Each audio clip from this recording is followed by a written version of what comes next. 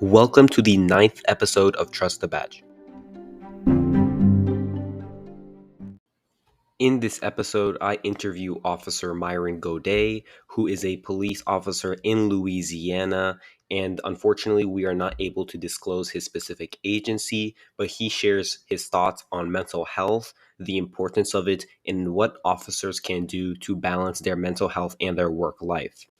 For any future or current law enforcement officers, I hope you can learn something that Mr. Gaudet provides. He provides many examples of how law enforcement can improve themselves mentally. And for the rest of the audience, I hope you can learn something about building trust between the community and law enforcement. It's a super essential and important relationship to keep. Let's begin with an introduction from Officer Gaudet. How's it going, everybody? My name is Myron Gaudet, and I'm a police officer in Louisiana. I'm actually a police supervisor. Little disclaimer, I'm not able to say which agency I work for as I'm still active duty, and I just want everyone to know that what I'm saying today is all my own opinion. It is not reflective of my agency. I'm doing this as an individual and as a coach because that's what I do on the side. So just a little bit about my background. I've been in law enforcement for 28, both in the United States and internationally. I did what was called the U.S. Civpol Program for a short time. Well, I say a short time, more like 3 years in the early 2000s. During my law enforcement career, I've held many positions. Been a patrolman, I've been a trainer, I've been a field trainer, I've been a supervisor, I've also been an academy instructor. So, also, I spent a good amount of time in the detective bureau. So, I have a pretty diverse career when it comes to law enforcement. On the side, I'm a martial arts and meditation coach.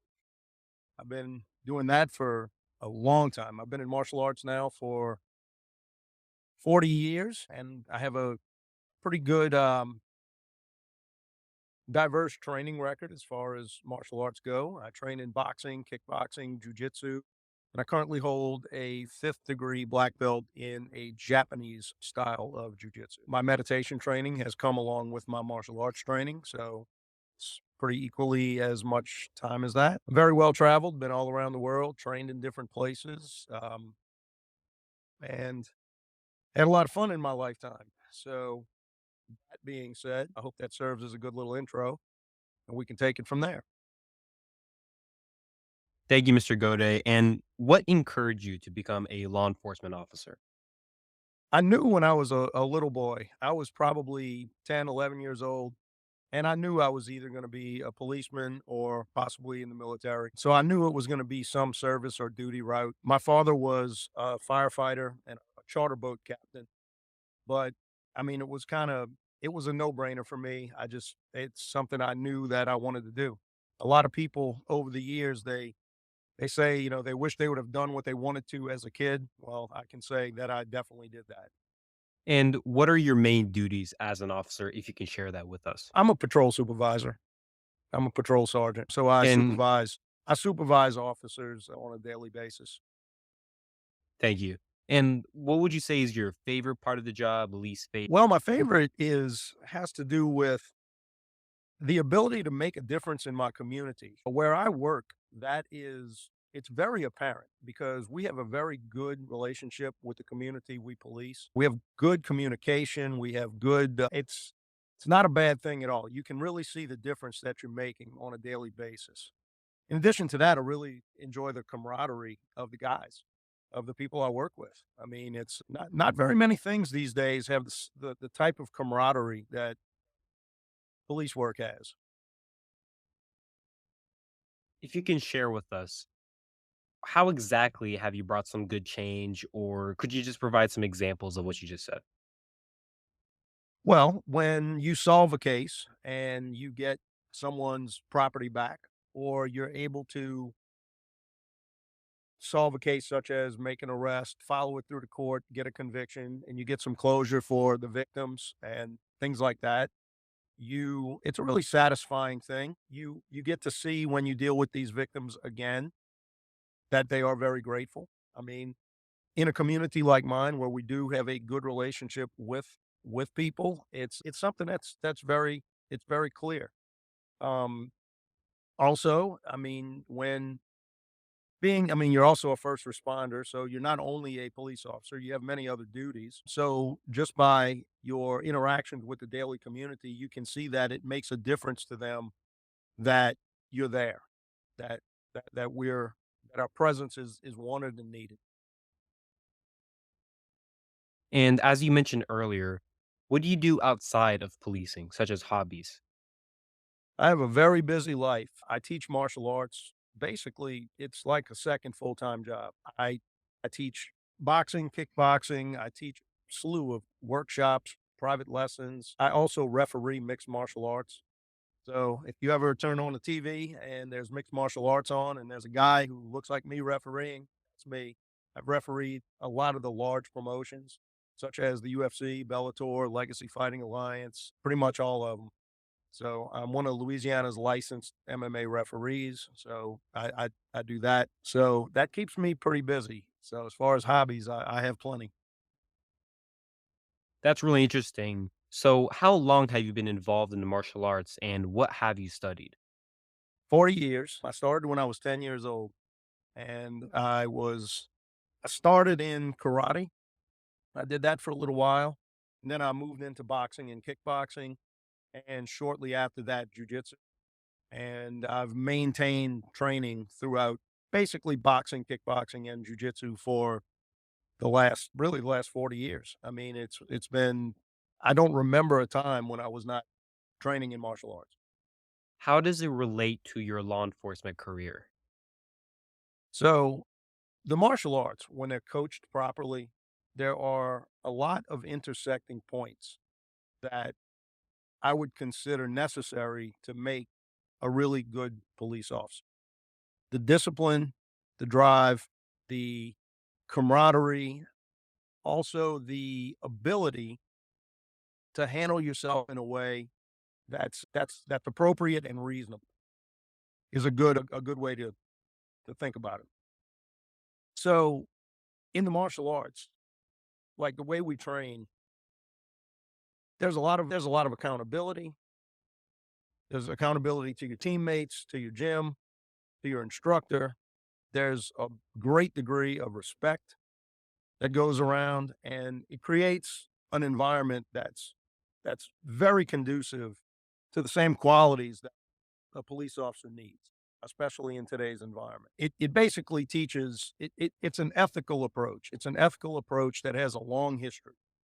And so I would tell you ethics before tactics in the way I think in my martial arts training. So there's a ton of intersecting points. That's pretty interesting. How did you get involved in meditation, though? So meditation is a sidebar of martial arts. If you study with a reputable martial arts school, especially a school that's coming out of Asia, such as Japan or something like that, you're going to be exposed to meditation practices. Before class, you would always conduct a short meditation. But as you get better and better and more accomplished in the martial arts, you realize that the meditation practice is just as important as the physical practice because at at its core, meditation teaches you how to operate your mind. And by being able to operate your mind with a lot of mental bandwidth, it transitions into every area of your life. And it's a very good, like I said, it's a very good sidebar for the martial arts. So it's almost inseparable if you train correct. I mean, I'm not saying there aren't good martial artists that don't meditate. I'm sure there are, but I'm saying that if you add meditation to your martial arts training or even your daily life, you're going to find that you will see significant improvements in your mental health, your ability to concentrate, your ability to focus, and your ability to have, like I said, that mental bandwidth that's necessary for life. So, while you're doing martial arts, meditation, and all while being a police officer, could you explain like how you balance all of that? A lot of planning, keep a good calendar. Every week sit down generally on a Sunday and I plan out my week very, very detailed. I have a lot of people that are my clients alongside, like a lot of police officers work off duty details. I don't do that. I teach martial arts and meditation. So I don't have time to work off duty details. So I get it all in, and I do have a family life as well. I live with my wife and have 3 rescue dogs that I raise. So again, it stays pretty busy, but I manage because of good planning. That's nice to know. How can practices like martial arts and meditation be beneficial to today's law enforcement officers? We're getting to a point in law enforcement today where the demands for practical, appropriate, ethical training is just it's a necessity now. Years ago, the martial arts was somewhat separate, even though it had some intersecting points with police training. Nowadays, it's becoming fused together. Over the past 10 years or so, actually probably a little bit more than that, you've started to see a movement in the law enforcement community to gravitate to things like jujitsu, boxing, kickboxing, things that actually provide practical training in the officer's off time that contribute to him or her being able to do their job in a much more effective way. When you have a really good knowledge of martial arts and your abilities are where they need to be, your ability to use a minimal amount of force or a very reasonable amount of force increase dramatically. So you end up having way less use of force complaints, way less injuries to yourself and to suspects, and it makes you more professional all the way around. It like I said, it's necessary today to have this. So, what is your opinion on the current state of overall officer wellness across the country? Well, officers are just like everybody else. They're human beings, even though they're held to a higher standard. Officers are suffering from a lot of the same things that the rest of the population are. They're suffering from things like obesity, diabetes, depression, certain mental problems, things like that. And as a I should say, overall, the officers that I come into contact with really need to take care more so than the average person based on what they're exposed to on a daily basis to take care of their own mental health. Across the country, I would say that it a lot of officers are suffering right now. They're definitely suffering. There's a high suicide rate, there's a high divorce rate. There's a very in fact, law enforcement in America is consistently rated as one of the most stressful jobs in the world, and you can look that up from many different sources. So, our mental health these days is it's not so good, but it's really important to learn things like I'm talking about in order to manage to have a long career. So, what can agencies do better to improve morale and overall fitness for duty, knowing that police officers are struggling with mental health right now? Well, a lot of agencies have taken some steps. My agency for sure takes care of its people, and it's a very refreshing thing to see.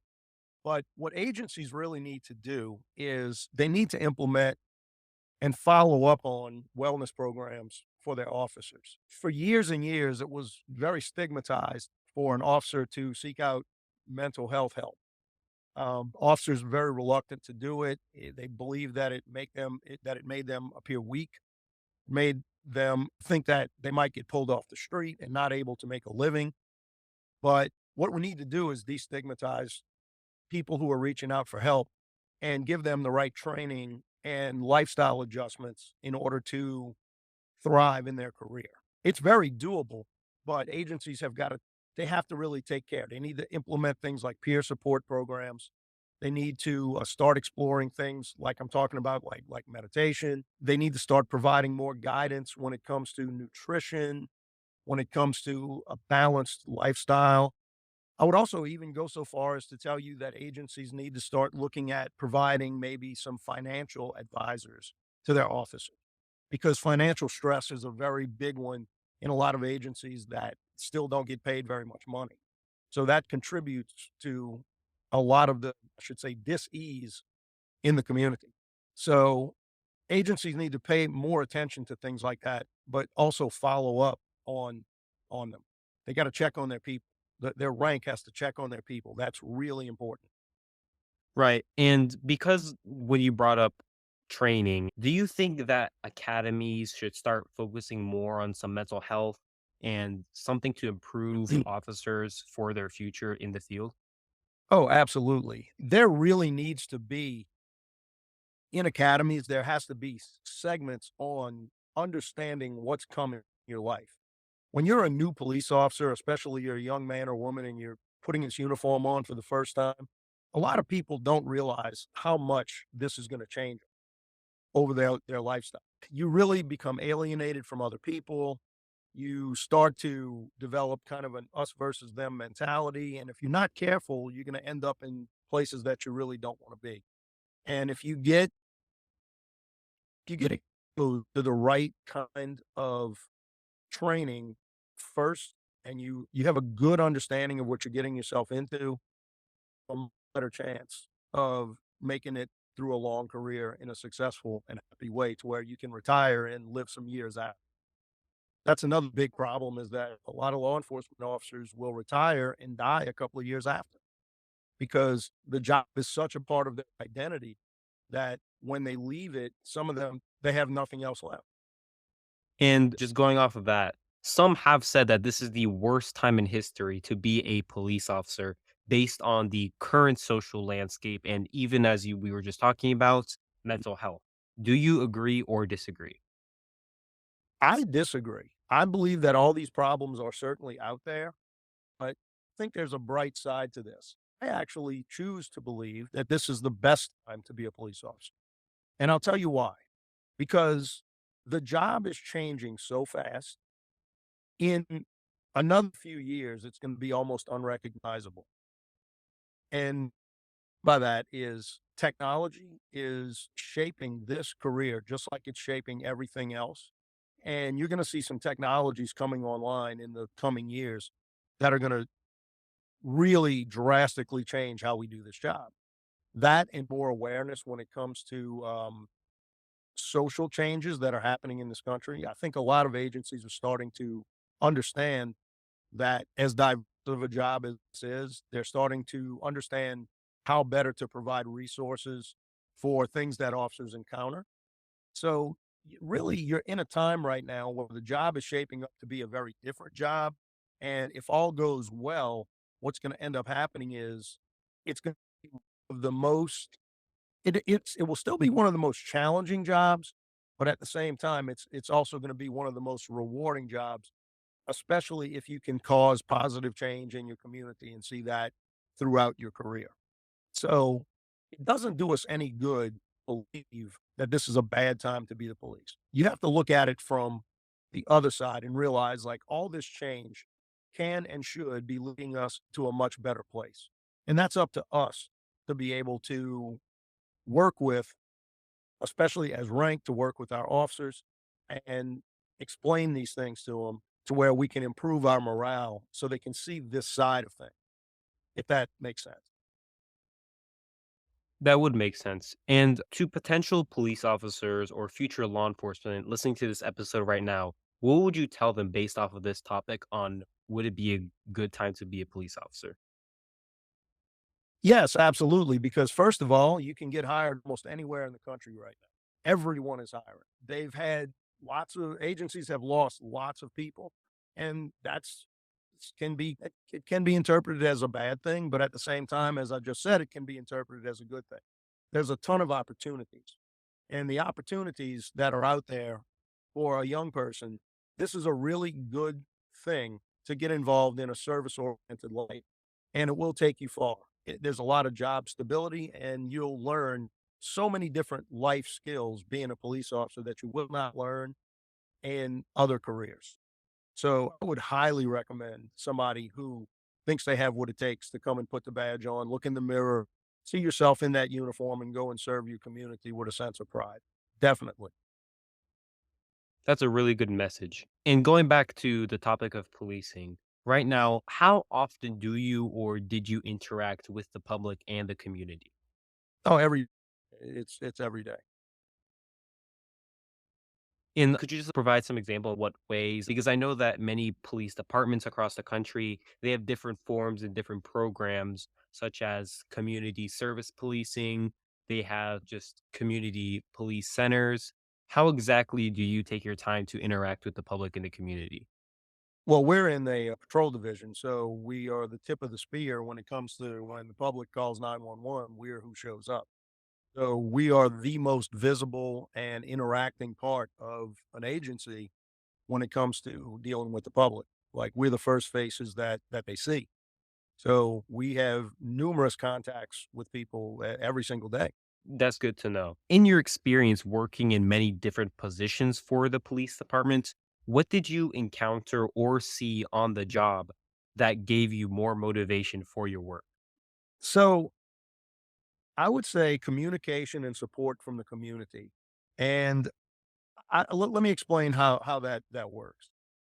I believe that motivation does not spring up out of nowhere. I think that motivation act is an emergent property of momentum.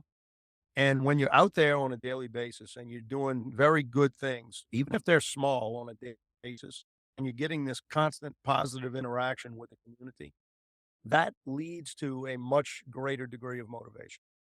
Motivation doesn't pop out of nowhere. Like I said, it's a product of momentum. And by effective policing, effective communication, and knowing the areas that you patrol and the people that are in them, you can achieve a very high degree of what I would call community oriented policing. But at the same time, you see the results of your work every day. What about the US Civpol program that you were in? What do you think of that experience? How is that different than what you do right now? Well, that's very different. So, U.S. Civpol program was a situation where in the early 2000s, I was sent to Korea, which is former Yugoslavia, to the war. The Civpol program takes civilian police and puts them in international environments that are often like war torn or extreme poverty, and it assists in rebuilding the infrastructure of those places. So I was originally signing up. They told me I'd be gone for 6 months. I ended up being gone for 3 years. I really, really enjoyed the program. It allowed me to travel the world. It allowed me to work hand in hand with the United Nations, with NATO, with the Union. I made contacts from all over the world that I'm still in touch with. The Civpol program was an extremely rewarding for me, although it was very different than the kind of policing we do here in the States. When we first got there, it was absolute chaos. We had to assist in restoring order to the country. I mean, we had to act in a police capacity backed up by such as NATO. And as the mission went on, we were able to together and train locals into what's known today as the Kosovo Police Service. And we were able to then hand it over to them into a similar version of policing today, like you would see here. Would you do it again? Absolutely. I can tell you that if you look at what's going on in Ukraine right now, the possibilities for things such as CivPol and contracts will pop up. I believe when the Ukraine thing calms down, there will be opportunities for police officers with a lot of experience, especially training experience, to go over and make a difference over there. They'll have to go with contracting companies just depending on who's in the game at the time. But I do see opportunities coming with that. Now, again, is that easy? It's not. If you're used to a soft life in the United States, that might not be for you, but it's definitely coming. There will be more opportunities to do it. Thank you. And if you had to choose between what you're doing right now in your local police department versus Civpol, I know there's like a major difference, but clearly in both, you've had a major impact and you literally love both experiences. Which one would you choose and why? Well, I mean, the majority of my time I've been with a local police agency. So, I mean, I'm an American at heart. I mean, even though I enjoy being overseas, I would have to say I would rather be home among my friends and things like that. But again, I live a very diverse life. So, I don't mind putting on a backpack and going travel. I've done that quite a lot. But I would have to say that because of the local impact and because of the influence that I have in my agency and things like that. I mean, obviously, this is my home. And what message do you have for any current or future law enforcement listening to this interview right now? And how can they change the perspective of law enforcement in the future? You are you talking about like people coming into this job or people on this job or what? Both. So, well, turn the news off. Really turn the news off. That's number one. You need to take the pulse of what's going on in your community. If I were to watch the news every day, I would think that everything's falling apart. And if you come to my community, that's not true. That's absolutely not true. The interactions that I have with the public on a daily basis are very positive. And at the same time, just if you turn the news off and you focus on what's right here and turn off the news, like stop listening to media that is not reflective of the truth in your community, go out in your community, make your difference, talk to your people, get to know the people in your area and operate like that. When you do that, your career is going to be much more successful. Don't listen to all these outside influences. Most of them are irrelevant and it's nothing you can control anyway. So you need to focus on what you can control and what's right in front of you. Go out, do your job. Like I said, keep your head down, be respectful, be nice, have a high sense of integrity and ethics, and you're not going to have a problem. And like you have experience with your community, how can they also benefit their community in terms of trust and relations? How can they improve community relations with law enforcement? So that goes back actually to what I was talking about mental. They need to care for themselves first. The examples that they set by their appearance, by their demeanor, by the way their level of professionalism, that's going to take them a long way when it comes to their community relations. So having your own stuff together really precedes the ability to do a good job. If you don't have your own stuff together and you are a mess and you are having a lot of problems with mental health, depression, maybe alcoholism, family life, things like that, that's not going to translate very well into doing your job. And that's why things like meditation and self care, working out, eating right, having a good, healthy balance in life, by doing that, you will be a much better representation of your agency to the community, and they will trust you a lot more. Thank you. And ultimately, going back to that question, obviously, but how do we trust the badge? So, as far as trusting the badge, it's all about integrity. When it comes to policing in this country today, the vast majority of police interactions with the public are have no problems. A very small percentage, very small percentage of them go bad. And that's for any amount of reasons. I mean, it could be anything. And of course, as in any profession, there are some bad police officers that have to be weeded out, but there's many more really good police officers. So, in order to trust the badge, the name of the game is really integrity. It's integrity and having yourself together as an officer. And I preach that all the time. If you have those things and you approach the job from a balanced perspective and you have a non-distracted, large mental bandwidth that you can solve problems with, that you're going to do well in this profession. And could you just go back on meditation, other hobbies, and how police officers can incorporate it with their life and how it can benefit them? Yes. Okay. So meditation. A lot of police officers would think that meditation is some kind of woo-woo hippie thing that they have no business doing. Man, that is nothing could be further from the truth. There's a ton of research now that shows that a regular meditation practice it creates the conditions for a much more stable mindset. And I've used the term a few times, mental bandwidth. I want you to understand what that means. A police officer on a daily basis has to contend with the computer in the car, the radio, the calls that they're going on, being aware of where other units are, being aware of their safety, their position. So there's a lot of things going on. There's a lot of multitasking. And if you don't have an adequate amount of mental bandwidth, you're not going to be very good at doing this. If you're distracted and you're having things going on that shouldn't be, it's going to be bad, and it could even be fatal if you are distracted at the wrong time. Now, implementing a meditation program it's really simple. It requires you to sit on an almost daily basis. It's easy to start for maybe 10 minutes at a time, and you're going to choose a posture.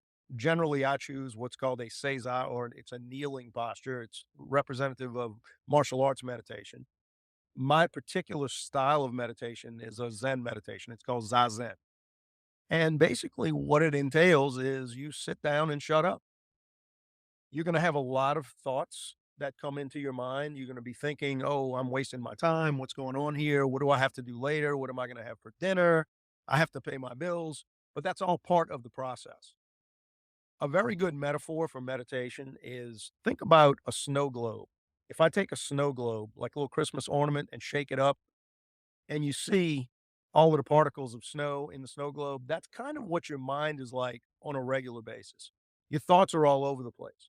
But when you take that snow globe and you sit it down and sit it still, all of that snow goes to the bottom. And what you have is clarity. Clarity is the ultimate goal of meditation. It's not clearing your mind, it's having the conditions in your mind to think clearly. So that benefits us in a lot of ways, right?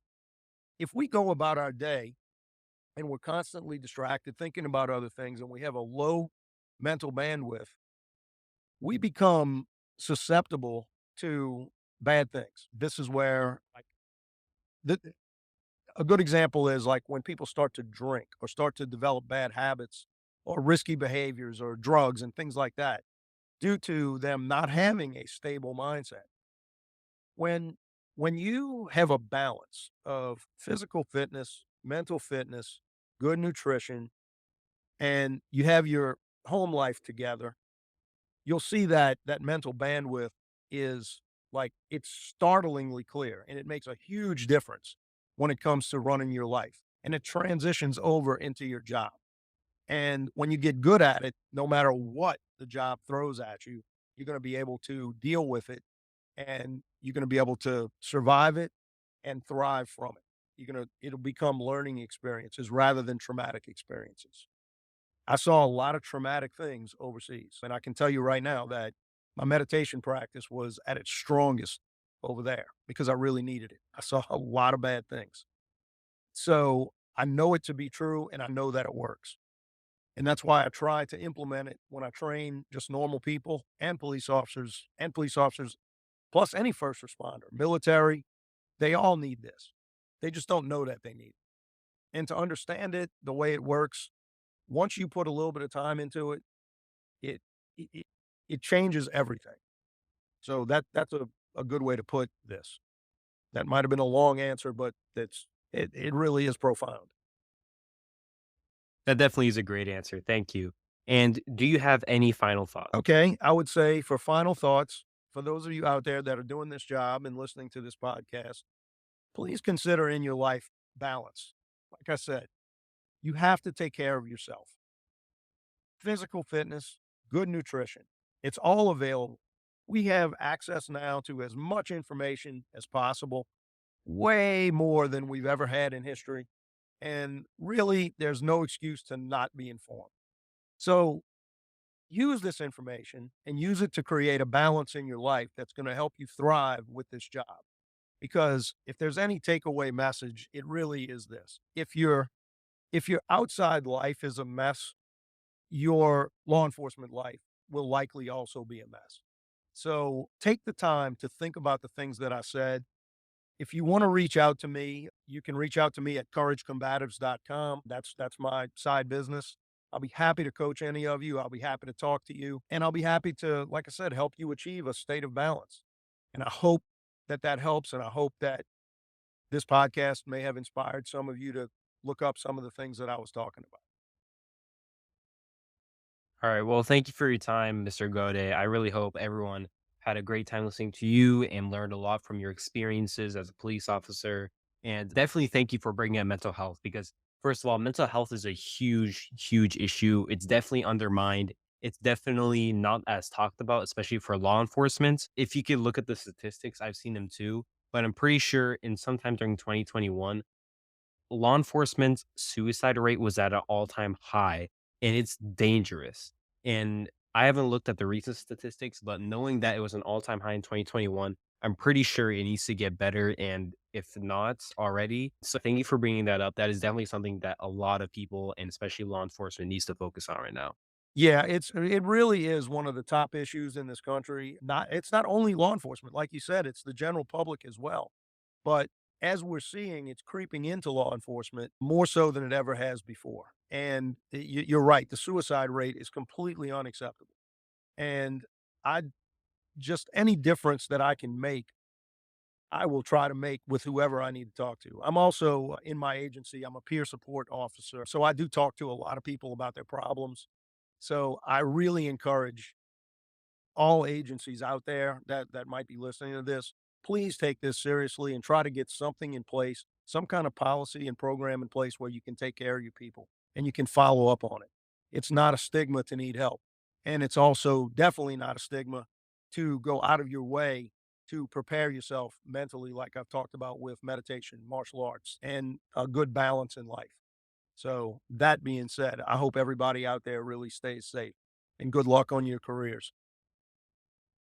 Thank you again, and thank you when you talked about meditation and martial arts. That definitely is a huge and very important example that law enforcement can use right now. Absolutely. Thank you, sir. Thank you for everyone who listened to this episode, and for any current or future law enforcement that is listening to this podcast right now, please reach out to Mr. Gaudet if you have any sort of questions regarding meditation or mental health. His email is myron.gaudet@couragecombatives.com. That will be in the description below. And thank you again for listening.